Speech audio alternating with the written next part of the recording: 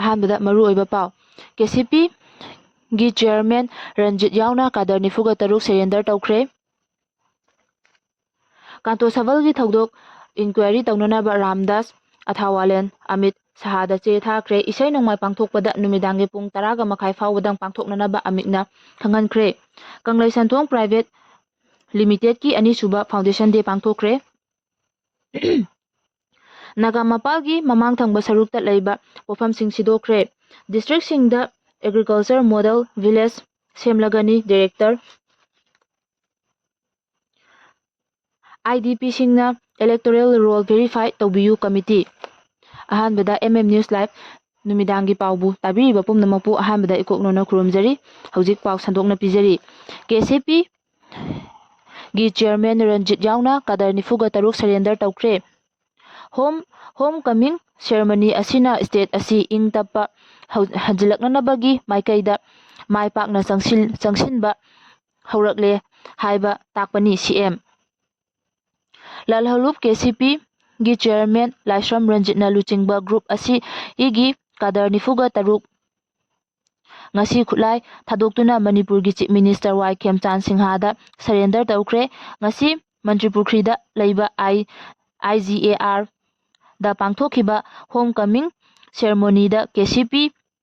PWG ꯒꯤ chairman ꯂꯥꯏꯁ꯭ꯔꯝ ꯔꯟꯖꯤꯠꯅ ꯂꯨꯆꯤꯡꯗꯨꯅ ꯂꯜꯍꯧꯂꯨꯞ ꯑꯁꯤꯒꯤ ꯅꯨꯄꯤ ꯀꯥꯗꯔ 4 ꯌꯥꯎꯅ ꯄꯨꯟꯅ ꯀꯥꯗꯔ 43 ꯈꯨꯠꯂꯥꯏꯒ ꯀꯣꯟꯅꯅ ꯃꯅꯤꯄꯨꯔꯒꯤ ꯆꯤꯞ ꯃꯤꯅꯤꯁꯇꯔ ꯌꯨꯝꯅꯥꯝ ꯈꯦꯝꯆꯥꯟ ꯁꯤꯡꯍꯗ ꯁꯔꯦꯟꯗꯔ ꯇꯧꯈ꯭ꯔꯦ꯫ ꯗꯤꯁꯇ꯭ꯔꯤꯛꯁꯤꯡꯗ ꯑꯦꯒ꯭ꯔꯤꯀꯜꯆꯔ ꯃꯣꯗꯦꯜ ꯚꯤꯂꯦꯖ ꯁꯦꯝꯂꯒꯅꯤ ꯗꯤꯔꯦꯛꯇꯔ ꯁ꯭ꯇꯦꯠꯀꯤ ꯑꯦꯒ꯭ꯔꯤꯀꯜꯆꯔ ꯗꯤꯄꯥꯔꯠꯃꯦꯟꯠꯅ ꯗꯤꯁꯇ꯭ꯔꯤꯛ 12ꯒꯤ ꯃꯐꯝ 7ꯗ ꯁꯥꯏꯟꯇꯤꯐꯤꯛ ꯑꯣꯏꯕ ꯃꯑꯣꯡꯗ ꯃꯥꯏ ꯄꯥꯛꯄ ꯂꯧꯎ ꯁꯤꯡꯎꯒꯤ ꯄꯊꯥꯞ ꯑꯗꯨ ꯈꯪꯍꯟꯅꯅꯕ ꯃꯣꯗꯦꯜ ꯚꯤꯂꯦꯖ 12 ꯁꯦꯝꯒꯠꯅꯅꯕꯒꯤ ꯊꯧꯔꯥꯡ ꯂꯩꯔꯦ ꯍꯥꯏꯅ ꯗꯤꯄꯥꯔꯠꯃꯦꯟꯠ ꯑꯁꯤꯒꯤ ꯗꯤꯔꯦꯛꯇꯔ ꯄꯤꯇꯔ ꯁꯂꯥꯝꯅ ꯐꯣꯡꯗꯣꯛꯈ꯭ꯔꯦ꯫ DIPR ꯅ ꯁꯤꯟꯗꯨꯅ ꯄꯔꯤꯡ ꯅꯥꯏꯅ ꯆꯠꯊꯔꯛꯄ ꯃꯤꯠ ꯗꯤ ꯄ꯭ꯔꯦꯁꯀꯤ ꯉꯁꯤ 5ꯁꯨꯕ ꯁꯦꯁꯟꯗ ꯑꯦꯒ꯭ꯔꯤꯀꯜꯆꯔ ꯗꯤꯄꯥꯔꯠꯃꯦꯟꯠꯀꯤ ꯄꯥꯡꯊꯣꯛꯈꯤ꯫ ꯄꯥꯎꯃꯤꯁꯤꯡꯒ ꯎꯅꯕ ꯑꯗꯨꯗ ꯗꯤꯔꯦꯛꯇꯔ ꯄꯤꯇꯔ ꯁꯂꯥꯝꯅ ꯍꯥꯏꯈꯤ ꯗꯤꯄꯥꯔꯠꯃꯦꯟꯠ ꯑꯁꯤꯅ ꯁ꯭ꯇꯦꯠ ꯑꯁꯤꯒꯤ ꯗꯤꯁꯇ꯭ꯔꯤꯛ 12ꯗ ꯃꯣꯗꯦꯜ ꯚꯤꯂꯦꯖ ꯑꯣꯏꯅ ꯁꯦꯝꯒꯠꯅꯅꯕꯒꯤ ꯊꯧꯔꯥꯡ ꯂꯩꯔꯦ꯫ ꯑꯃꯤꯠꯅ ꯑꯒꯁꯠ ꯊꯥꯗ ꯑꯣꯕꯖꯔꯕꯦꯁꯟ ꯑꯣꯐ ꯄꯦꯇ꯭ꯔꯣꯏꯠꯁ ꯃꯟꯊ ꯍꯥꯏꯅ ꯃꯤꯡꯊꯣꯟꯕ ꯃ꯭ꯌꯨꯖꯤꯛ ꯀꯦꯝꯄꯦꯟ ꯄꯥꯡꯊꯣꯛꯀꯗꯧꯔꯤ꯫ ꯑꯃꯤꯠ ꯑꯄꯨꯟꯕ ꯃꯅꯤꯄꯨꯔ ꯃꯇꯝ ꯏꯁꯩ ꯀꯥꯡꯂꯨꯞꯅ ꯂꯥꯛꯂꯤꯕ ꯑꯒꯁꯠ ꯊꯥꯕꯨꯝ ꯑꯃ ꯆꯨꯞꯅ ꯑꯣꯕꯖꯔꯕꯦꯁꯟ ꯑꯣꯐ ꯄꯦꯇ꯭ꯔꯣꯏꯠꯁ ꯃꯟꯊ 2023 ꯍꯥꯏꯅ ꯃꯤꯡꯊꯣꯟꯕ ꯃ꯭ꯌꯨꯖꯤꯛ ꯀꯦꯝꯄꯦꯟ ꯑꯃ ꯄꯥꯡꯊꯣꯛꯂꯒꯅꯤ꯫ ꯅꯨꯃꯤꯗꯥꯡꯗ ꯏꯁꯩ ꯅꯣꯡꯃꯥꯏ ꯄꯥꯡꯊꯣꯛꯄꯒꯤ ꯑꯀꯛꯅꯕ ꯃꯇꯝꯁꯨ ꯅꯧꯅ ꯂꯥꯎꯊꯣꯛꯈ꯭ꯔꯦ꯫ ꯏꯝꯐꯥꯜꯒꯤ ꯑꯣꯜ ꯂꯦꯝꯕꯨꯂꯦꯟꯁꯇ ꯂꯩꯕ ꯍꯣꯇꯦꯜ ꯏꯃꯣꯂꯦꯁꯇ ꯉꯁꯤ ꯑꯃꯤꯠꯀꯤ ꯊꯧꯃꯤ ꯀꯌꯥꯅ ꯁꯔꯨꯛ ꯌꯥꯈꯤꯕ ꯄꯥꯎꯒꯤ ꯃꯤꯐꯝ ꯑꯃꯗ ꯏꯁꯩ ꯀꯥꯡꯂꯨꯞ ꯑꯁꯤꯒꯤ ꯖꯦꯅꯔꯦꯜ ꯁꯦꯀ꯭ꯔꯦꯇꯔꯤ ꯀꯣꯟꯊꯧꯖꯝ ꯕꯣꯕꯤꯟꯅ ꯍꯥꯏꯈꯤ ꯏꯁꯩ ꯅꯣꯡꯃꯥꯏꯒꯤ ꯊꯧꯔꯝ ꯑꯁꯤ ꯅꯨꯃꯤꯗꯥꯡ ꯄꯨꯡ 8ꯇꯒꯤ ꯄꯨꯡ 10:30 ꯐꯥꯎꯕꯗꯪ ꯄꯥꯡꯊꯣꯛꯂꯒꯅꯤ꯫ ꯋꯥꯔꯦꯞ ꯑꯁꯤ ꯃꯤꯌꯥꯝꯅꯁꯨ ꯁꯧꯒꯠꯄꯤꯗꯨꯅ ꯁꯤꯜꯂꯤ ꯂꯥꯡꯂꯤꯕꯁꯤꯡ ꯑꯃꯗꯤ ꯑꯥꯔꯇꯤꯁꯁꯤꯡꯗ ꯏꯁꯩꯒꯤ ꯃꯇꯝ ꯊꯦꯡꯊꯍꯟꯕ ꯇꯧꯕꯤꯒꯅꯨ꯫ ꯕꯣꯕꯤꯅ ꯍꯥꯏꯈꯤ ꯏꯔꯩꯄꯥꯛ ꯏꯔꯝꯗꯝ ꯑꯁꯤꯒꯤꯗꯃꯛ ꯊꯋꯥꯏꯅ ꯄꯣꯟꯊꯥ ꯄꯤꯈ꯭ꯔꯕ ꯑꯊꯧꯕꯁꯤꯡꯕꯨ ꯅꯤꯡꯁꯤꯡꯕ ꯑꯃꯗꯤ ꯃꯈꯣꯏꯒꯤ ꯋꯥꯈꯜꯂꯣꯟꯁꯤꯡꯕꯨ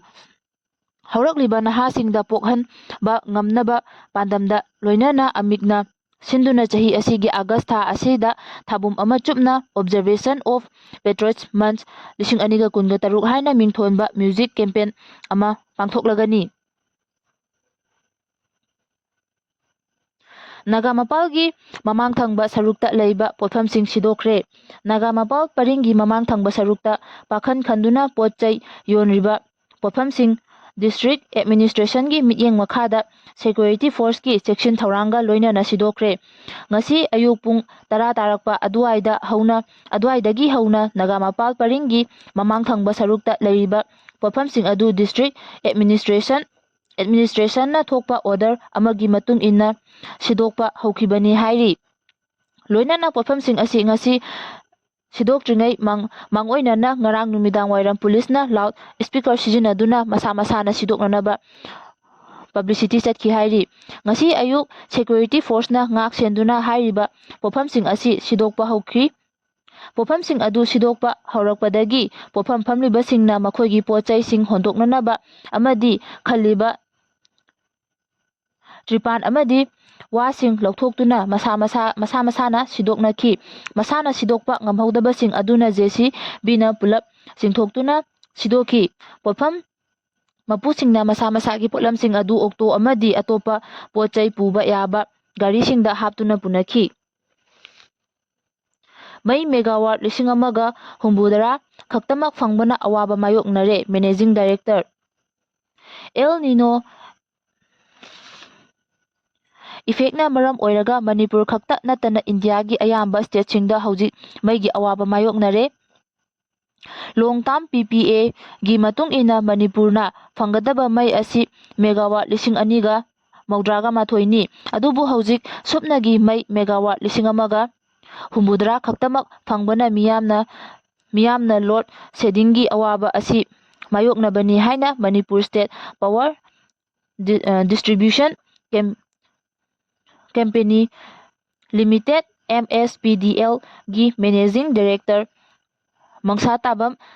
ꯔꯕꯤꯅ ꯐꯣꯡꯗꯣꯛꯂꯤ꯫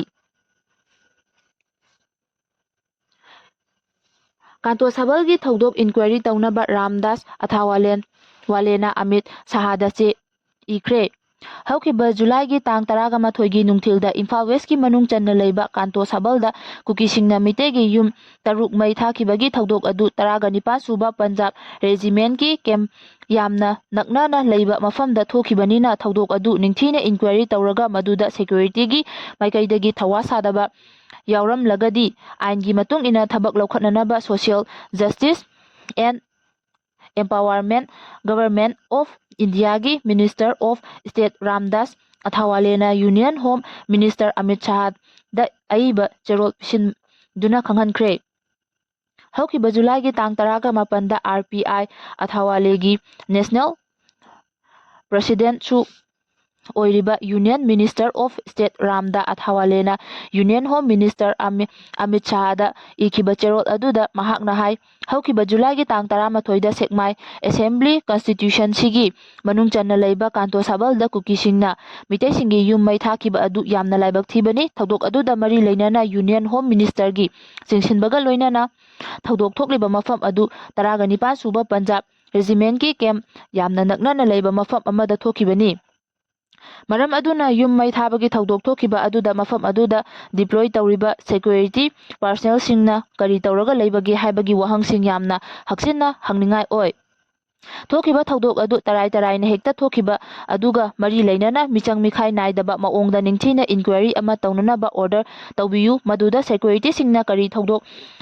ꯊꯧꯗꯥꯡ ꯂꯧꯈꯤꯕꯒꯦ ꯍꯥꯏꯕ ꯑꯗꯨꯁꯨ ꯌꯥꯎꯅ ꯑꯀꯣꯏꯕꯗ ꯂꯩꯔꯤꯕꯁꯤꯡꯗꯁꯨ ꯊꯣꯛꯈꯤꯕ ꯊꯧꯗꯣꯛ ꯑꯗꯨꯒꯤ ꯃꯇꯥꯡꯗ ꯊꯤꯒꯠꯄꯤꯌꯨ꯫ ꯀꯔꯤꯒꯨꯝꯕ ꯊꯤꯖꯤꯟꯕ ꯑꯗꯨꯗ ꯁꯦꯀ꯭ꯌꯨꯔꯤꯇꯤꯒꯤ ꯃꯥꯏꯀꯩꯗꯒꯤ ꯊꯧꯑꯣꯏꯗꯕ ꯑꯃꯗꯤ ꯆꯦꯛꯁꯤꯟꯗꯕꯒꯤ ꯈꯨꯗꯝꯁꯤꯡ ꯐꯪꯂꯕꯗꯤ ꯑꯥꯏꯟꯒꯤ ꯑꯣꯏꯕ ꯃꯇꯤꯛ ꯆꯥꯕ ꯑꯦꯛꯁꯟꯁꯤꯡ ꯂꯧꯈꯠꯄꯤꯌꯨ ꯍꯥꯏꯅ ꯔꯥꯝꯗꯥꯁ ꯑꯊꯥꯋꯥꯂꯦꯅ ꯌꯨꯅꯤꯌꯟ ꯍꯣꯝ ꯃꯤꯅꯤꯁꯇꯔ ꯑꯃꯤꯠ ꯁꯥꯍꯗ ꯏꯈꯤꯕ ꯆꯦꯔꯣꯜ ꯑꯗꯨꯗ ꯄꯜꯂꯤ ꯍꯥꯏꯔꯤ꯫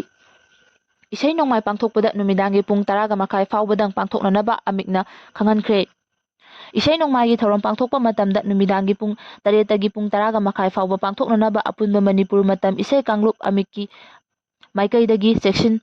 ꯋꯥꯔꯣꯜ ꯊꯝꯈ꯭ꯔꯦ꯫ ꯍꯤꯔꯝ ꯑꯁꯤꯒ ꯃꯔꯤ ꯂꯩꯅꯅ ꯉꯁꯤ ꯑꯣꯜ ꯂꯦꯝꯕꯨꯂꯦꯟꯗ ꯂꯩꯕ ꯍꯣꯇꯦꯜ ꯑꯦꯃꯣꯂꯦꯁꯇ ꯑꯃꯤꯠꯀꯤ ꯊꯧꯃꯤ ꯀꯌꯥꯅ ꯁꯔꯨꯛ ꯌꯥꯗꯨꯅ ꯄꯥꯡꯊꯣꯛꯈꯤꯕ ꯄꯥꯎꯒꯤ ꯃꯤꯐꯝ ꯑꯃꯗ ꯑꯃꯤꯠꯀꯤ ꯖꯦꯅꯔꯦꯜ ꯁꯦꯀ꯭ꯔꯦꯇꯔꯤ ꯀꯣꯟꯊꯧꯖꯝ ꯕꯣꯕꯤꯟꯅ ꯍꯥꯏ ꯂꯝꯗꯝ ꯑꯁꯤꯗ ꯍꯧꯖꯤꯛ ꯑꯣꯏꯔꯛꯂꯤꯕ ꯑꯍꯣꯡꯕ ꯀꯌꯥ ꯑꯁꯤꯒꯤ ꯃꯊꯛꯇ ꯑꯍꯤꯡ ꯑꯊꯦꯡꯕ ꯐꯥꯎꯕ ꯏꯁꯩ-ꯅꯣꯡꯃꯥꯏꯒꯤ ꯊꯧꯔꯝ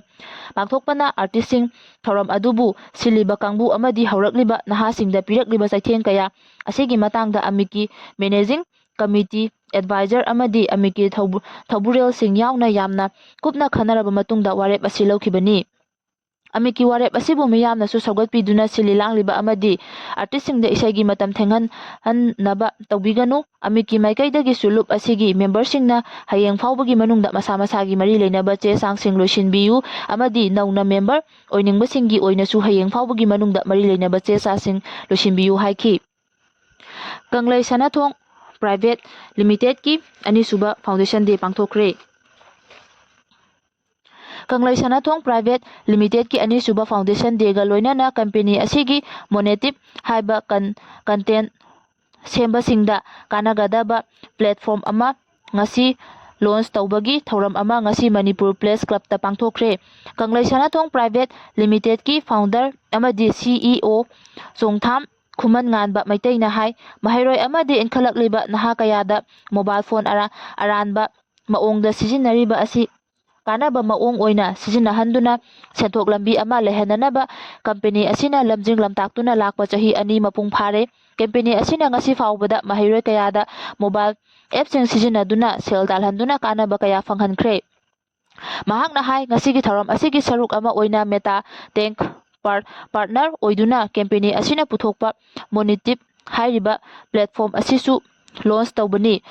Content sembasingna chauna kanaba pigadawriba platform asi www.monetive.in haiba website asidani khudongchaba lawba yagani. Selgi mana fangadawbasingi ming lauthokre. All India Radio Imphal approve tawraba isai mayek ibasingi loop ama oiriba sairengbasingi apunba loop sal gi mapok kumonga mari leinana chahi khudingi piba mana fangadabasinggi ming lauthokle haina loop asina thadorokpa cherol amana hairi. Cherol asina hai tha asigi kunda salgi President Dr. Sagolsem Ibungo Chaubana preside tawduna Manipuri Literary Society da pangthokiba executive mifamda mana fangadabasing asi khankibani. Nambol Utlau Briquetted House da laibasingda iskona khesi pijakre. Iskongi footlight means amasung Jagannath Rathaya Trakumai 2023 ki tharanga mari leinana iskon Imphal na Nambol Utlau Sajorda laiba Briquetted House da lairiba ID bisingda khesi pijakre. Nationwide Citizen Engagement Campaign pangthoklagani. 194 suba CRPF Battalion gi 49 suba Rising Day ga mari leinana CRPF @49A Legacy of Service and Loyalty haina mingthonba Nationwide Citizen Engagement Campaign ama tha asigi taraga kunga taret pangthokadawri. Hiram asiga mari leinana 194 suba CRPF Battalion gi Commandant na thadorakpa cherol amana hai lebak asigi citizen maru oina mahairoi amadi haurakliba naharol singda CRPF lebak asigi nation building da laurakliba thaudang amadi legacy yauna kathokpa amasung thaunabu pak sanna khanghananabagi pandamda campaign asi pangthokpani.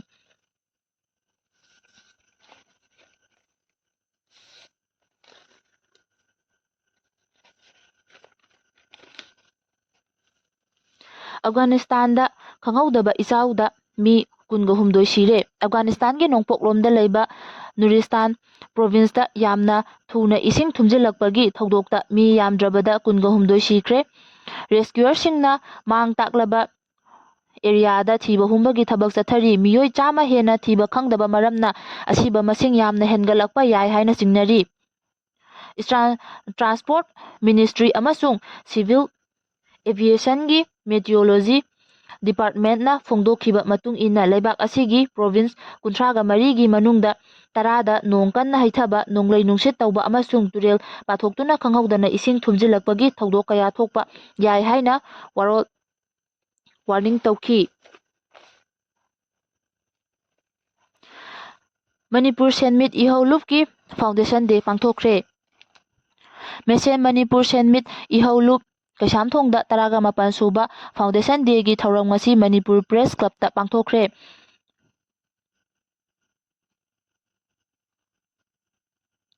Thauram aduda maselgi advisor sing Jaichandra Konthaujam amasung Aribam Radurani Loop asigi President Haikruzam Nanausa Maitei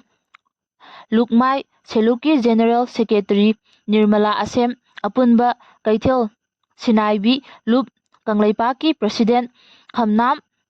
Sovapati Devi Khwairamban Kaithel Joint Coordinating Committee for Peace Convener Laisram Mema Devi amasung Khwairambal Kaithel Street Vendor Welfare Union gi President Laitonjam Beda Debina President membersing oina saruk yaki. Awareness program pangthokre Thoubal Formes Division na sinduna umangi pothoksin kananaba amasung lamlaki sa ujek ngak senanaba miyamna saruk yabagi matangda nongmagi oiba awareness program ama Kakching districtki manung channa leiba Hiyanglam Mayai Lekai community hallda pangthokre. Sandelda Tobacco Free School awareness drive chathakre. District Health Society Chandelgi District Tobacco Control Selna Sinduna Tobacco Free Educational Institute haina mingthonba nongmagi oiba awareness program ama Liwa Changning Government High School Komla Thabida ngasi pangthokre. Program adu Senotu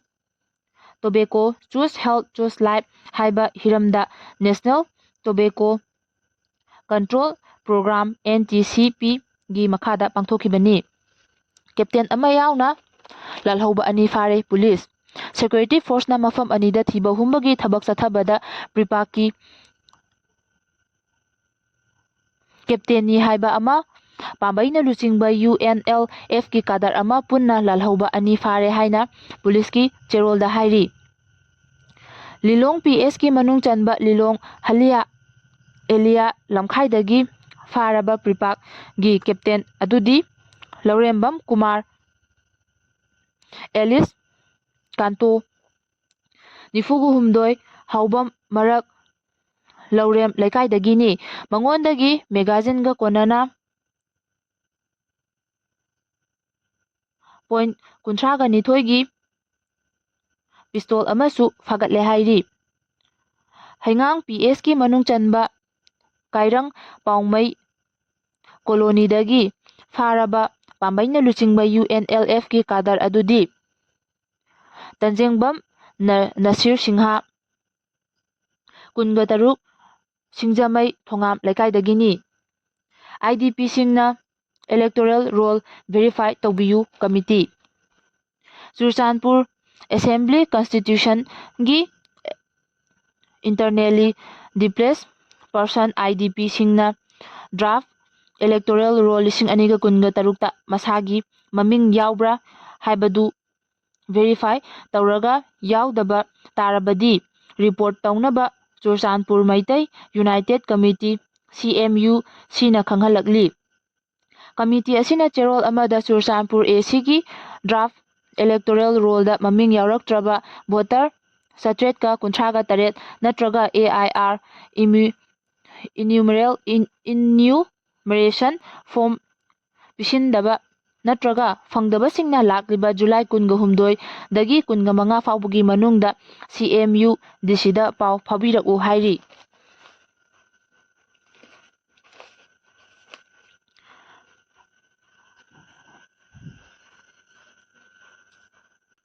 Hauzik MM News Live ki numidangi pau matang asida lojare tabiriba pumnamakpu amuka hana ikoknona khurumjari.